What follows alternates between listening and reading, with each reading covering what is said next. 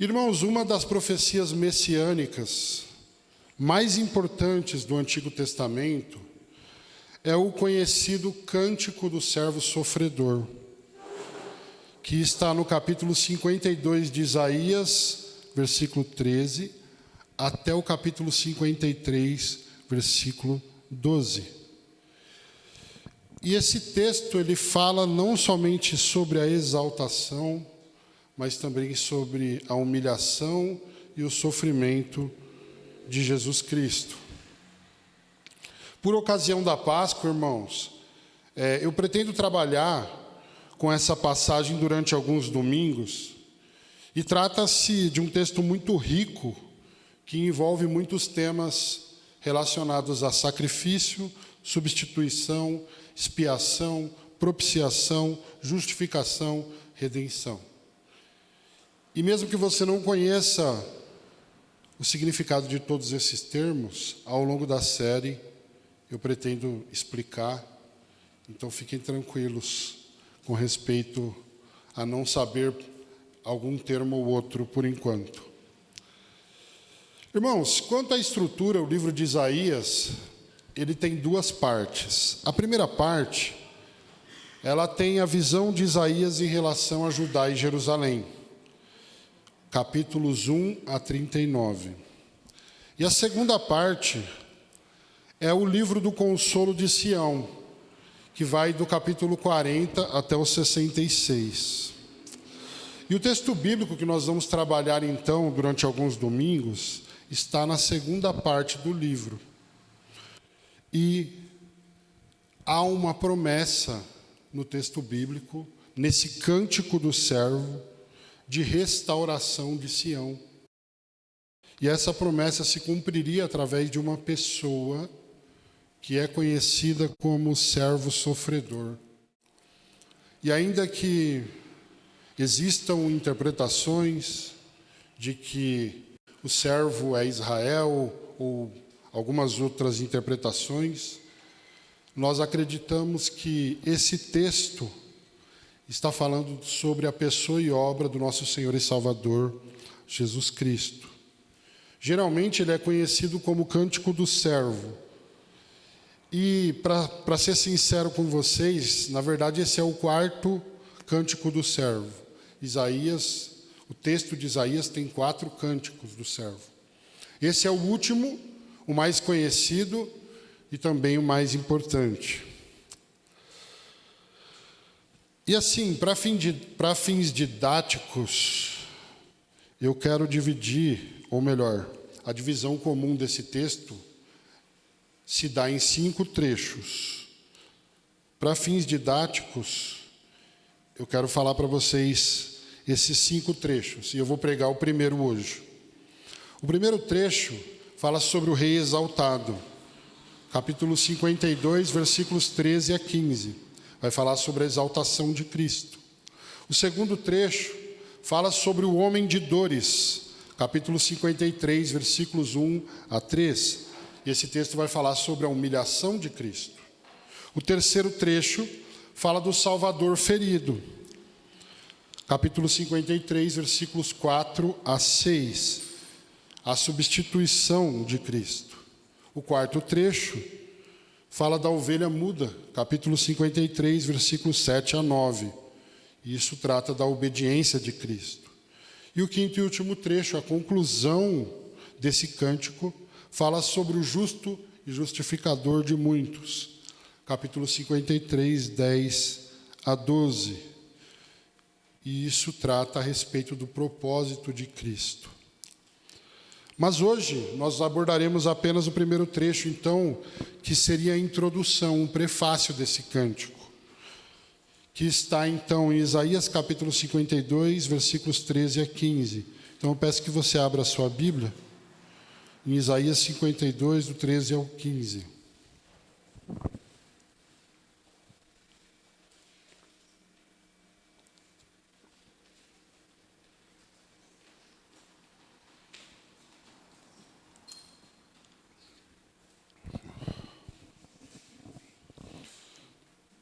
Diz a palavra do Senhor: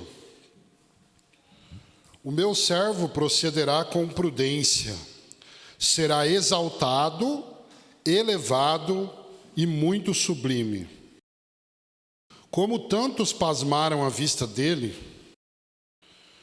ou melhor, tem uma exclamação aí. Como tantos pasmaram à vista dele, o seu aspecto estava tão desfigurado que nem parecia um homem. E a sua aparência não era dos filhos dos homens. E ele causará temor a muitas nações. Por causa dele, reis taparão a boca, pois verão o que não lhes havia sido anunciado e entenderão o que não haviam ouvido. Somente até aqui. Então, o título dessas exposições, irmãos, é Servo Sofredor. Nós ficaremos alguns domingos falando a respeito do servo sofredor. E esse trecho que nós lemos, como eu disse, ele é o prefácio, ele é a introdução do cântico do servo sofredor. E nesse cântico, Deus começa dizendo através do profeta: o meu servo procederá com prudência. E quando esse texto fala de prudência, ele não está falando apenas em termos de cautela, mas principalmente no sentido de que Jesus procederia com toda a diligência necessária até entregar-se à cruz para cumprir o plano de salvação do seu povo escolhido. Como diz no final do versículo 10 do capítulo 53, a vontade do Senhor prosperará nas suas mãos. Ou seja, antes de dizer qualquer coisa sobre o sofrimento do servo, Deus já afirmou previamente que o servo concluiria a missão com sucesso. Que a missão do Messias já estava dada como certa. E, de fato, Jesus foi tão focado na sua missão que, quando ele estava na cruz, ele disse: está consumado. É como se ele estivesse dizendo para o Pai: ó, está feito. Eu fiz o que o Senhor me enviou para fazer. A vontade do Senhor prosperaria nas mãos de Jesus. Irmãos, a segunda parte do primeiro versículo que nós lemos, o versículo 13, vai dizer o seguinte: ele será exaltado, elevado e muito sublime. O poema, portanto, muito antes do nascimento do Messias, muito tempo antes de Jesus nascer, ele já prenuncia a vitória e a exaltação final de Cristo, como o grande Rei dos reis e Senhor dos senhores, que governaria sobre todo o universo. Geralmente as pessoas começam a abordar esse cântico já no capítulo 53. E aí a gente acaba perdendo esse trechinho, que na verdade faz parte do cântico, e que antes de falar do sofrimento do Messias, já fala da sua exaltação. E aqui certamente nós já encontramos a afirmação da divindade de Jesus, do poder de Jesus, da glória de Jesus, da majestade, da grandeza, da soberania de Jesus. E o desenrolar da história, então, caminha em direção à coroação e à exaltação de Cristo. É para lá que nós estamos caminhando. Porque esteja você do lado de baixo ou de cima, todo joelho vai se dobrar diante dele, no dia final. Mas ainda assim, irmãos, é necessário dizer a respeito de Cristo que a glória dele precede a criação. A glória de Jesus existia antes que houvesse qualquer outra coisa. O próprio Jesus, em determinado momento, ele diz para o Pai: glorifica-me com aquela glória lá do começo. João vai dizer a respeito de Jesus que no princípio ele era o verbo, no princípio ele era a palavra estava com Deus, a palavra era Deus. Todas as coisas foram feitas por ele e sem ele, nada do que foi feito se fez. Colossenses vai dizer que nele foram criadas todas as coisas nos céus e na terra, As visíveis e as invisíveis, os tronos, as dominações, os principados, os poderes, tudo foi criado por Ele e para Ele. Irmãos, quando alguém chegou em Jesus e perguntou: ué, mas você está falando de Abraão? Você não tem nem 50 anos e você está dizendo que conhece Abraão? A resposta de Jesus foi: antes que Abraão existisse, eu sou. A glória de Jesus é antes de tudo. Ele é Deus. Cristo é, portanto, glorioso desde toda a eternidade, e toda a história culmina em seu reino e em seu governo. Porém, irmãos, o caminho de Jesus para a glória é muito diferente do que nós imaginamos humanamente. Porque nós pensando como humanos, nós achamos que o caminho da glória é uma rampa de subida para o sucesso. Mas o exemplo de Jesus vai mostrar que o caminho da glória e da exaltação é diferente do que nós imaginamos. O caminho da glória é o caminho do sofrimento, é o caminho da dor.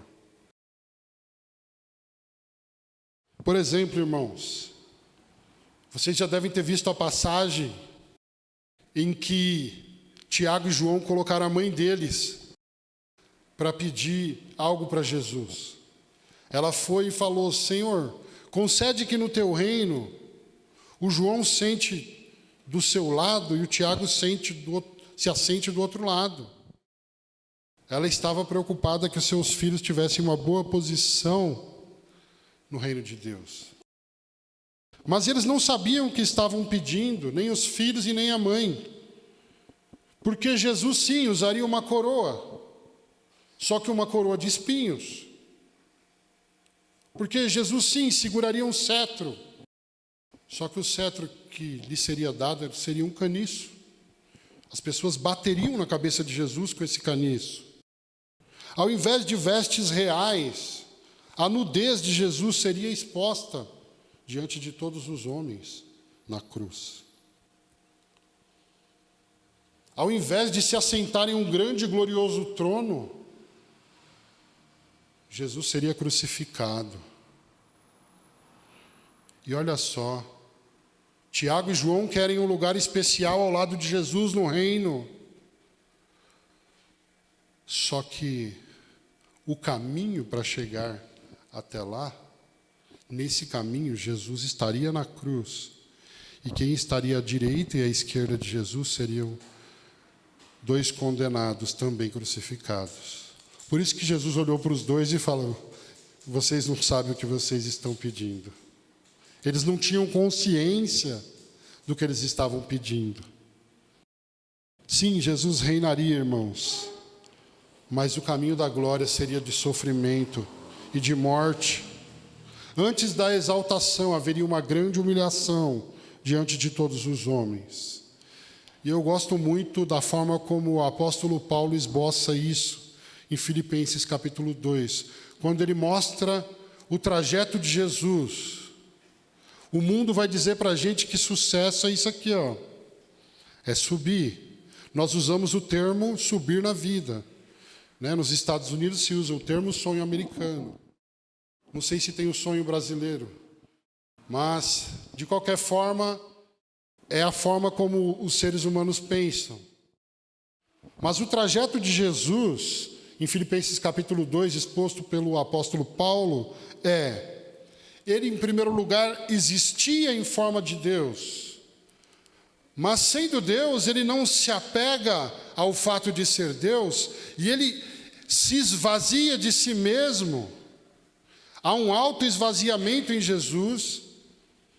Então, Deus, esvaziamento, e aí ele assume a forma de servo, e depois, então, fazendo-se semelhante aos homens, e achado em forma de homem, ele é obediente até a morte, e a pior morte que você puder imaginar naquela época, morte de cruz. Você consegue ver a descida, a rampa, para baixo? Deus, esvaziamento, servo, homem, morte cruz. E o texto vai nos dizer que no sofrimento dele, Jesus ficaria completamente irreconhecível, a ponto de deixar todo mundo pasmo. Versículo 14. Como tantos pasmaram à vista dele, porque, olha só, o seu aspecto estava tão desfigurado que nem parecia um homem, e a sua aparência não era dos filhos dos homens. Por causa dele, o texto diz que os reis tapariam a boca. Tipo, o que aconteceu aí? Sabe por quê? Você consegue imaginar o Filho de Deus, com toda a sua pele na carne viva, sendo retalhado e dilacerado diante de todo mundo? Você consegue ver as pessoas passando perto dele e dizendo: o que é isso? Isso aqui é uma pessoa? Isso aí é um ser humano? É isso que o texto está dizendo. Pode ler aí no versículo 14. O seu aspecto estava tão desfigurado que nem parecia um homem. Então a gente imagina as pessoas passando, e aí tem algumas pessoas que vão dizer: ah, mas aquele filme Paixão de Cristo, ele é exagerado. Jesus não deve ter apanhado tanto. E que agonia aquele momento em que o chicote, o soldado está usando o chicote, dilacerando o corpo de Jesus. Tem alguns momentos que aquele chicote de ossos e de pedaços de ferro entram na sua pele e eles puxam com toda a força, arrancando a carne de Jesus. E eu lembro de pessoas na época do filme dizendo: nossa, eu acho que é exagero isso aí. O texto de Isaías está dizendo que não. O texto de Isaías está dizendo que as pessoas parariam e falariam: será que é um ser humano mesmo? Irmãos, Jesus foi tão desfigurado que dava para colocar em dúvida se o que estava ali era um ser humano ou não.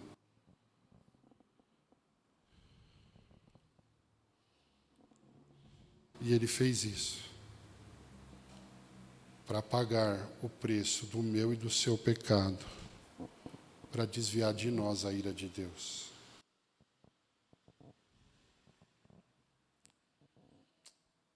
O Rei da Glória. Não, mas ele não é um rei exaltado. O texto fala que ele é sublime, que ele é exaltado, que ele está acima de todos os reis. E aí, de repente, ele parece menos do que humano, porque não dá nem para reconhecer a sua figura como humana, de tão machucado que ele está. Que reino é esse? Que rei é esse? Que glória é essa? O profeta está dizendo: o caminho da glória não é uma rampa em rumo ao sucesso. O caminho da glória é uma descida até a cruz.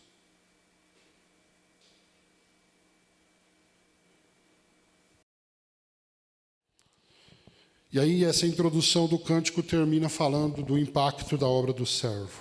Versículo 15. Ele causará temor a muitas nações, por causa dele reis taparão a boca, pois verão o que não lhes havia sido anunciado e entenderão o que não haviam ouvido. E aqui, irmãos, tem duas possibilidades. Há uma tradução que diz: ele causará temor a muitas nações. E aqui o texto, então, estaria falando das pessoas que creriam na obra de Jesus Cristo ao longo da história e então temeriam ao Senhor. Mas existe uma segunda possibilidade, que seriam pessoas de todas as nações sendo purificadas por Ele. Por quê? Porque tem uma tradução que diz assim: ele borrifará muitas nações, assim como um sacerdote no Antigo Testamento borrifava o sangue no tabernáculo para a purificação do povo. Fato é, irmãos, que a obra de Jesus Cristo tanto produziria, sim, uma multidão incontável de pessoas que temeriam o nome do Senhor e o obedeceriam pelo poder do Espírito que neles habitaria. Estou falando dos escolhidos de Deus, mas também a obra de Deus, a obra de Cristo, purificaria todos esses homens de toda injustiça através da fé. Então, você escolhendo uma tradução ou outra, as duas coisas são verdades aqui. A obra dele produziria temor, e a obra dele purificaria injustos. Enfim, irmãos, isso também mostra o caráter universal do plano salvífico de Deus, do plano de Deus para salvar. Porque nas duas traduções também está dizendo que o que ele fez alcançaria as nações. Isso significa que o Evangelho ele tem um caráter universal, onde todo homem é chamado ao arrependimento. E Deus não faz distinção entre nações, línguas, culturas. Ele salva em todas as culturas, etnias. Ele salva por sua graça, não por nacionalidade. O povo que Deus faria para si, o povo que Deus faz para si na história, ele é feito tanto de judeus quanto de gentios, os não-judeus. E além disso, irmãos, no dia final, até mesmo aqueles que não temem ao Senhor, diz a Bíblia, eles se dobrarão diante dele. Pois por causa do seu sofrimento e humilhação, Paulo vai dizer no mesmo texto de Filipenses 2, versículos 9 a 11, porque Deus também o exaltou com soberania, e lhe deu um nome que está acima de todo nome, para que ao nome de Jesus todo joelho se dobre e toda língua confesse que Jesus Cristo é o Senhor, para a glória de Deus Pai. Por isso que, quando a gente vê situações em que as pessoas estão zombando de Jesus, a melhor coisa talvez que nós possamos fazer é ignorar. É ignorar. Por que a gente tem que defender um leão? Um leão sabe se defender. E aí vamos lá, criaram ali uma comédia zombando de Jesus. É um exemplo. E aí o que o cristão faz? Ele sai compartilhando, falando, olha que absurdo e não sei o quê. É o marketing deles. Você está sendo o veículo do marketing da zombação de Jesus. Então, assim, ignora isso. Ignora isso e qualquer pessoa que rejeite a Cristo, qualquer pessoa que, enfim, não creia na obra de Jesus Cristo até o dia final, do lado daqui ou de lá, do lado de cima ou de baixo, a Bíblia diz que na terra, nos céus e debaixo da terra, não importa onde esteja, todo joelho vai se dobrar, toda língua vai confessar que Jesus Cristo é o Senhor.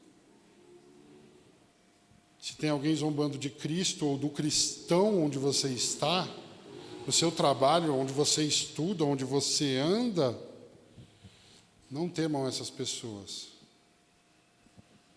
E também não se venda. Não, eu quero ser um cristão melhor, então eu não vou falar de Jesus porque isso vai me trazer ódio, vai me trazer perseguição. Jesus já falou que o mundo ia nos odiar.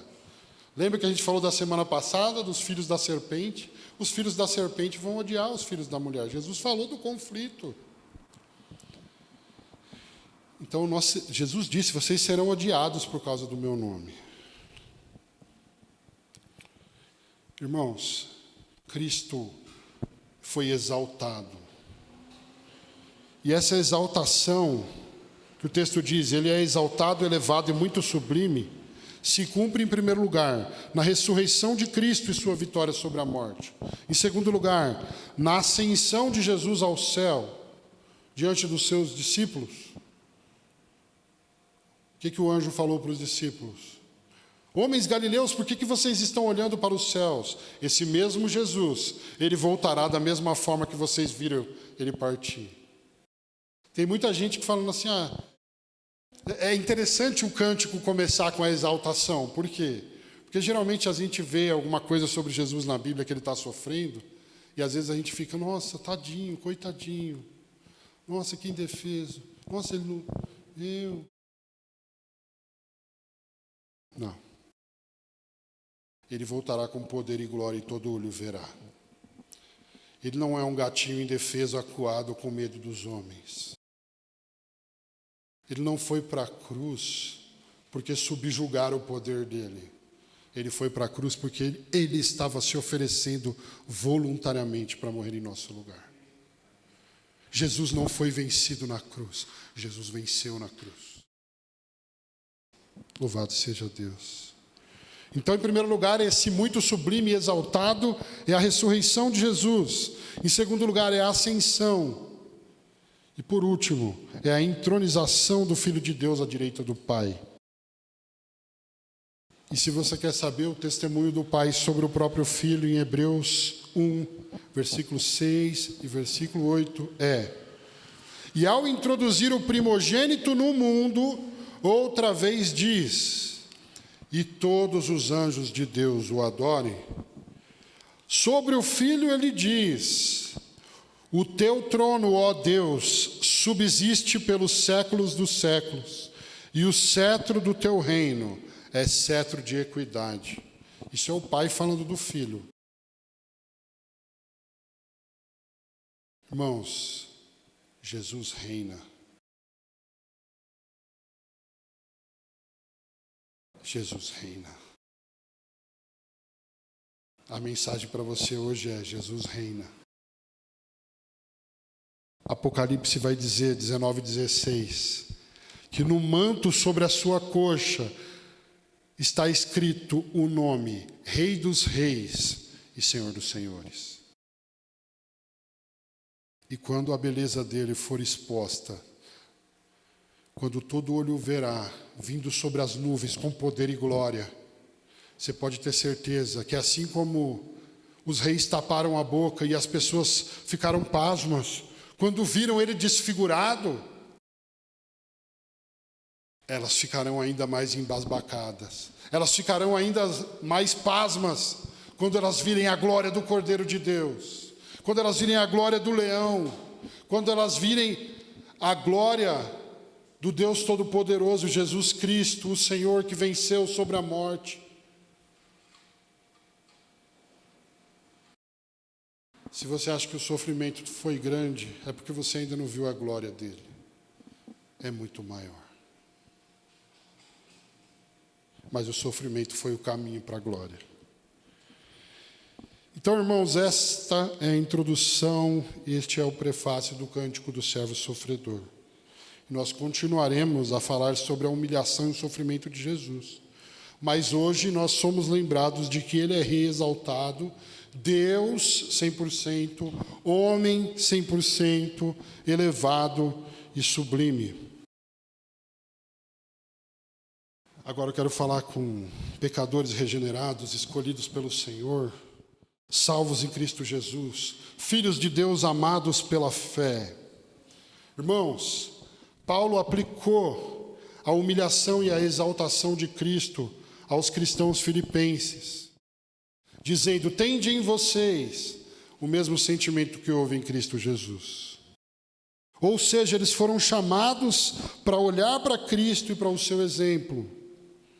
E eu quero dizer para você que olhar para Cristo e para o seu exemplo tem consequências para o povo de Deus e para a vida em comunidade. A aplicação deste sermão à igreja será a mesma aplicação que Paulo fez em Filipenses 2, quando ele fala da humilhação e exaltação de Cristo.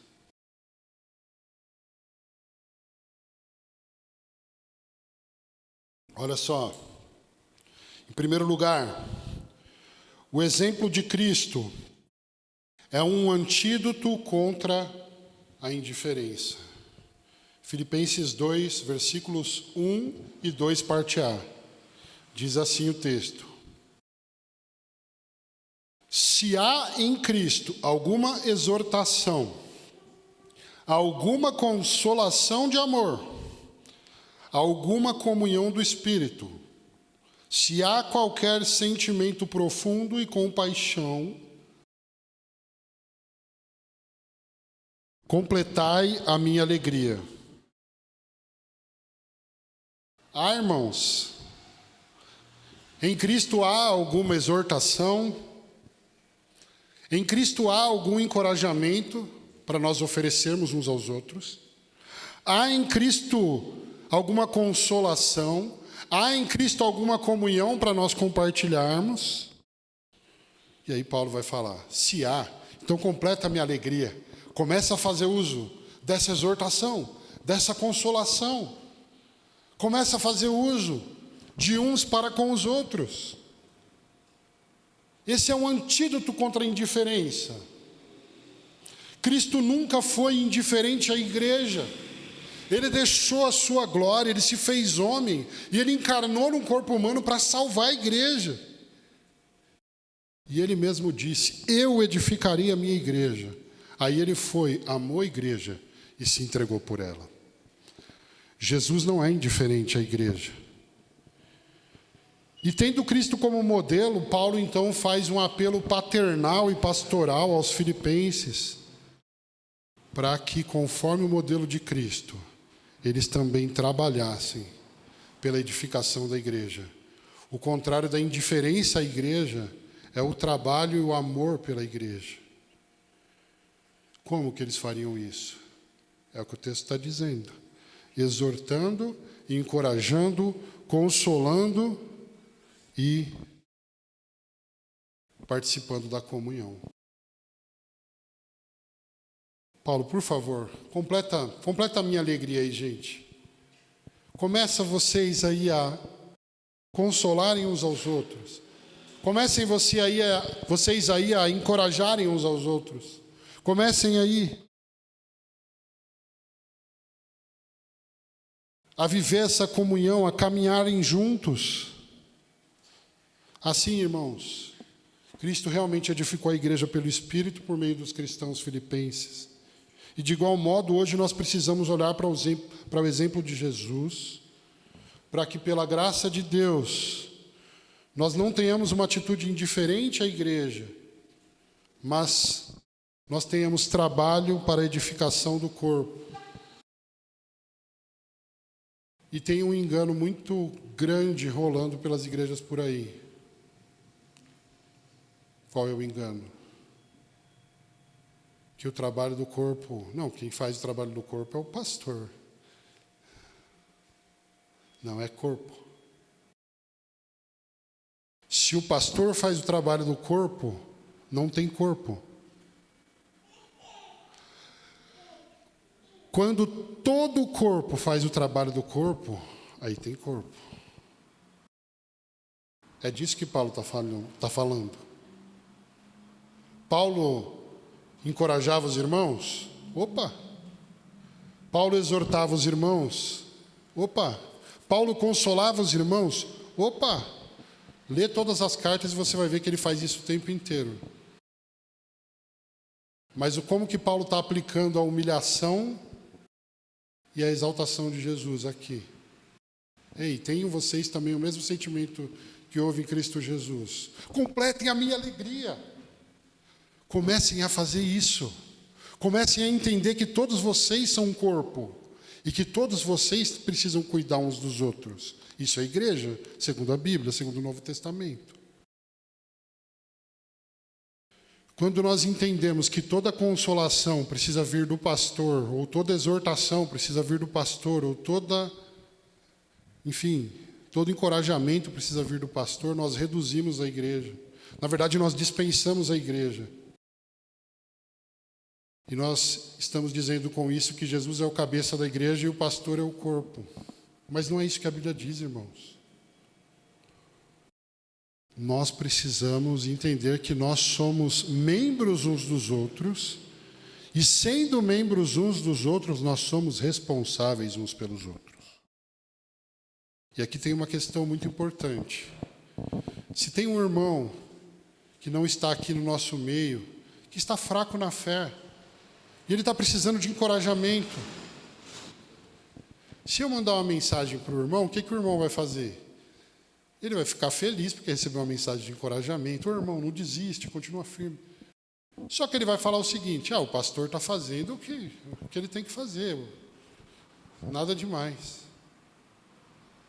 Agora você consegue imaginar num momento de fraqueza na fé e dificuldades, você recebe uma mensagem de um outro irmão da igreja falando: ô irmão, eu senti tanto a sua falta no culto neste domingo. E aí o irmão, obrigado, irmão. Ô irmão, fica firme e tal. Está precisando de alguma coisa?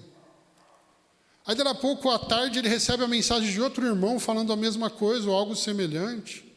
E aí daqui a pouco ele está sendo consolado por outro irmão, pela aflição que ele está passando. E de repente essa pessoa começa a pensar assim: olha, eu estou começando a achar que eu tenho alguma importância para esse corpo.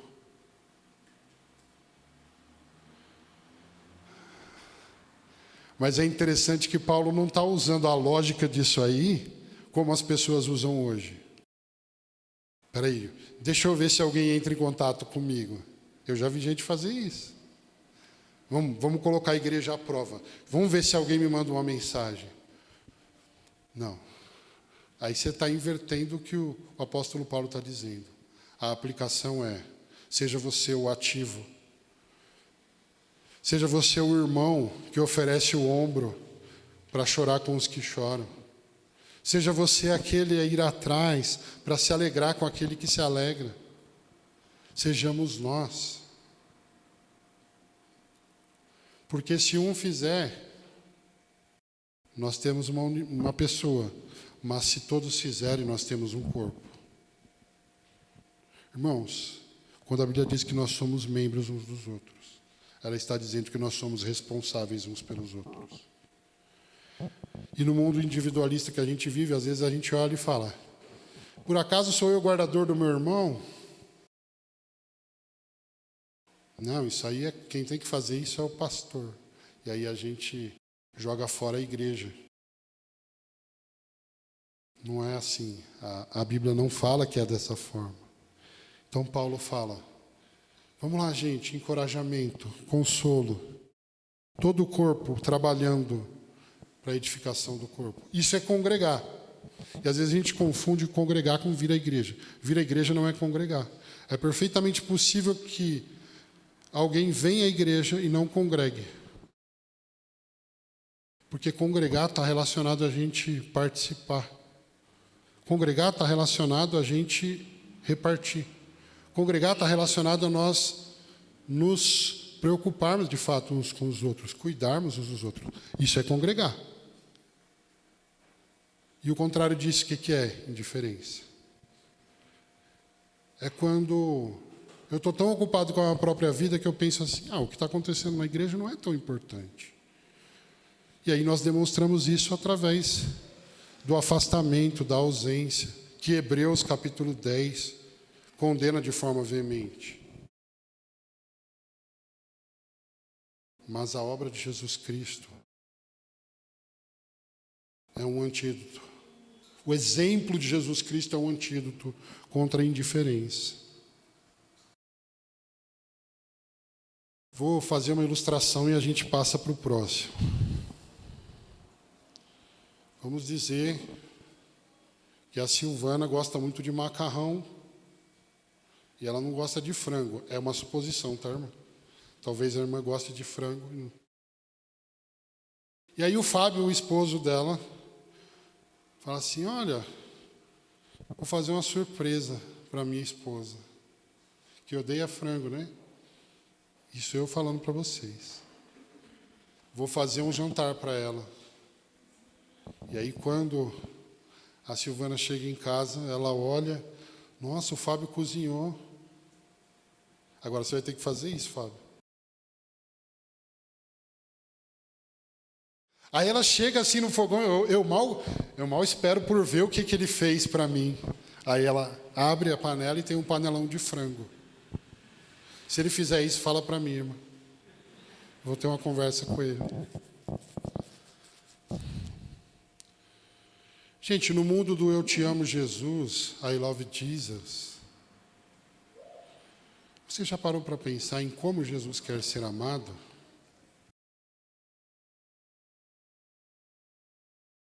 Bom, tem duas respostas na Bíblia que eu acredito que são muito importantes. Porque às vezes a gente pensa, como foi falado aqui no estudo do fruto do Espírito muito bem pelo nosso irmão Eliezer, a gente pensa que amor é sentimento. Eu sinto algo por Jesus. Mas nos termos bíblicos não é assim. Jesus diz assim, vamos lá. As pessoas estão nas igrejas de mão levantadas falando, Jesus, Jesus, eu amo Jesus. Mas não é esse amor bíblico.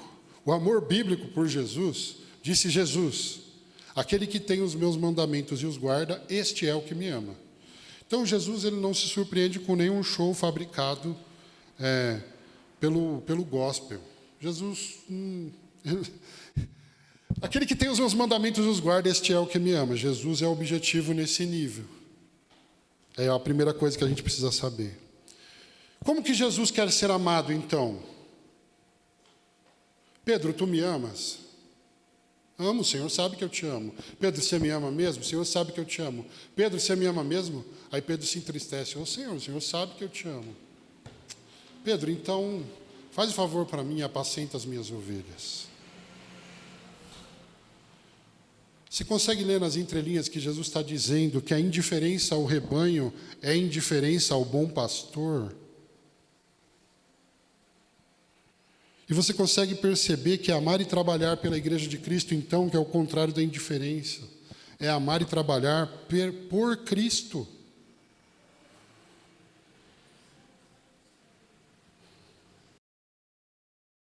Isso torna o que a gente faz para o Senhor algo glorioso.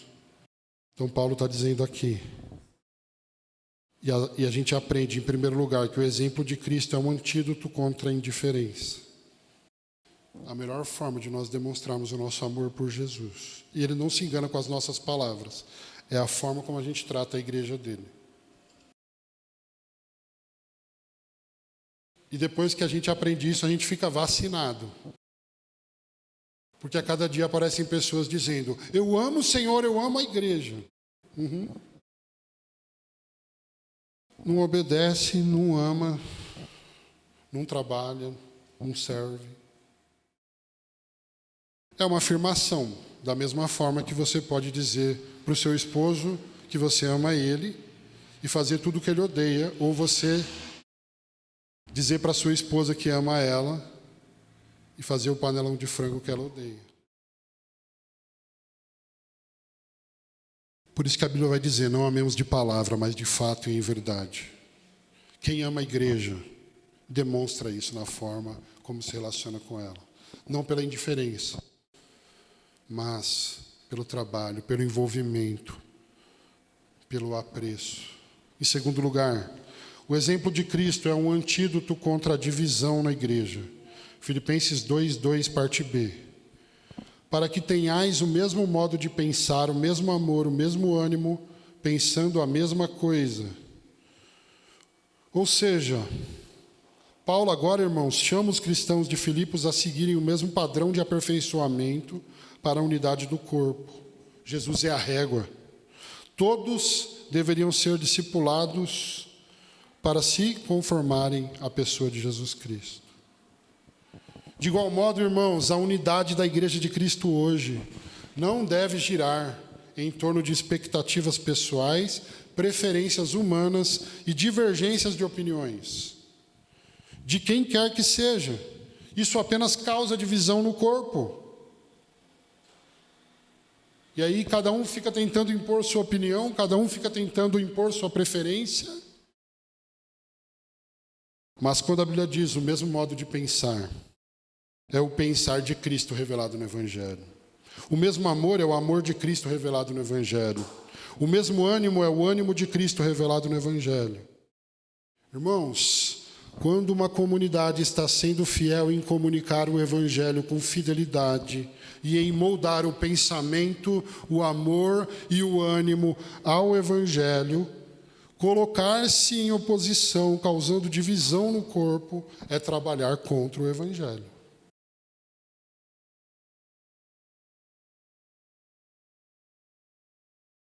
Se uma igreja está sendo fiel na pregação do Evangelho e em tudo o que faz, colocando o Evangelho, opor-se a esse trabalho é opor-se ao Evangelho. Então, Paulo está dando um antídoto aqui para que não haja divisão na igreja também. Gamaliel falou algo bastante interessante. Ele disse assim: cuidado para que você não seja achado combatendo contra Deus. Combata as opiniões humanas, combata as coisas que são humanas, mas quando você combater onde está o Evangelho, você vai estar indo contra Deus. E tem uma coisa muito séria que a Bíblia diz. A Bíblia diz que tem 6 coisas que Deus odeia e a 7ª sua alma abomina. Abominar é mais do que odiar, certo? Ele fala 6 coisas, fala sobre derramar sangue, sobre pés que se apressam a correr para o mal. Mas quando ele vai falar do que abomina, que é pior, ele fala: aquele que semeia contenda entre irmãos. Isso é muito sério. Então, irmãos, a gente está falando do mesmo modo de pensar. Qual modo é esse? É o do pastor? É o do Joe? O do Joe a gente pode até pensar em... É o do pastor, é o do Joe, é o do Ronaldo? Não, o mesmo modo de pensar é o de Cristo, é o da Escritura, é o do Evangelho, é o da Bíblia. É todo mundo se conformando a Ele. E não a gente adaptando a igreja a nós mesmos. Isso seria uma negação daquilo que nós deveríamos fazer. Irmãos, preste atenção nisso. É preferível que uma igreja esvazie sob a pregação fiel do verdadeiro Evangelho de Jesus Cristo do que superlote sobre a pregação do engano e da mentira de falsos evangelhos. A palavra sempre cumpre o propósito do Senhor. Aos olhos de Deus, sucesso não é encher a igreja de gente em conversa, mas submeter a igreja do Evangelho ao Evangelho todos os dias, para que ela não se divida, mas todos sejam conformados ao pensamento, ao amor e ao ânimo de Cristo. Então, em segundo lugar, o exemplo de Cristo é um antídoto contra a divisão. Terceiro lugar, o exemplo de Cristo é um antídoto contra o orgulho. Filipenses 2:3. Não façais nada por rivalidade nem por orgulho, mas com humildade, e assim cada um considere os outros superiores a si mesmo. Então, Paulo aqui, irmãos, ele está aplicando o sofrimento e exaltação de Cristo agora ao orgulho. E mesmo sendo Deus, Cristo não teve por usurpação ser igual a Deus, como nós vimos, mas ele esvaziou a si mesmo e desceu, servo, homem, morte e cruz. Por esse motivo, não cabe ao cristão e ao corpo de Cristo a rivalidade e o orgulho de uns contra os outros. Se Cristo, sendo Deus, não procedeu orgulhosamente, quem somos nós para andarmos com o nosso ego inflado sobre os outros? Irmãos, a humildade de Cristo precisa ser imitada pelos discípulos de Jesus. Nós precisamos ser humildes para pedir ajuda e ajudarmos uns aos outros. Nós precisamos ser humildes para reconhecer que nós não estamos prontos, que nós ainda precisamos crescer na fé. Nós precisamos ser humildes para ouvir e acolher a palavra de Deus, mesmo quando ela estiver nos confrontando. Nós precisamos ser humildes para corrigirmos uns aos outros em amor. E nós precisamos ser humildes para sermos corrigidos uns pelos outros em amor. O orgulhoso, ele acha que não precisa de ajuda de ninguém. Aí ele segue o caminho do isolamento. Ou pensa que está pronto. Ou não ouve atentamente aquilo que é pregado, aquilo que é ensinado. Não corrige os outros, porque quer ser bacana. Está mais preocupado com o próprio ego do que com o desenvolvimento do irmão. Ou não aceita a correção, fica irritado. Gente, esses são sinais de maturidade na fé. Mas, segundo a Bíblia, o orgulhoso, ele resiste a todos e ele é resistido por Deus. Porque Deus resiste aos soberbos, mas dá graça aos humildes. Irmãos, nós precisamos de uma vida em comunidade para sermos discipulados, aperfeiçoados e purificados do nosso orgulho pecaminoso pelo poder da graça de Deus, segundo o exemplo de Cristo como modelo. Finalmente, o quarto e último lugar, o exemplo de Cristo é um antídoto contra o egoísmo. Filipenses 2:4. Cada um não se preocupe somente com o que é seu, mas também com o que é dos outros. Então, Paulo aqui ele aplica o sofrimento e exaltação de Cristo como remédio contra o egoísmo e o individualismo dos cristãos de Filipos. E aqui nós pensamos no exemplo de Cristo, que ao invés de pensar em si mesmo e fugir da cruz, a Bíblia diz que ele suportou a cruz pela alegria que lhe estava proposta. Jesus não pensa em si mesmo. Nós veremos ainda, em outro texto mais para frente, que ele entregou a sua vida e ele pensou no fruto do penoso trabalho dele. Sabe o que é o fruto do penoso trabalho de Jesus? Está do seu lado aí. E é você também. É a igreja. Jesus morreu pela igreja. Não importa o quanto os homens desprezem a igreja, Jesus morreu por ela. Jesus derramou o seu sangue. A igreja vale o sangue de Jesus. Irmãos, um dos maiores inimigos da igreja hoje é o egoísmo e o individualismo. Quando nós usamos todo o nosso tempo apenas em torno de nós mesmos, quando nós usamos os nossos dons só para desenvolvimento pessoal, ou quando nós usamos os nossos recursos só em torno de nós mesmos, isso não é ser igreja. Alguém disse que a forma como nós usamos o nosso tempo, os nossos dons e o nosso dinheiro revelam a quem nós estamos adorando, os nossos ídolos. E aí a reflexão, para nós caminharmos para o final.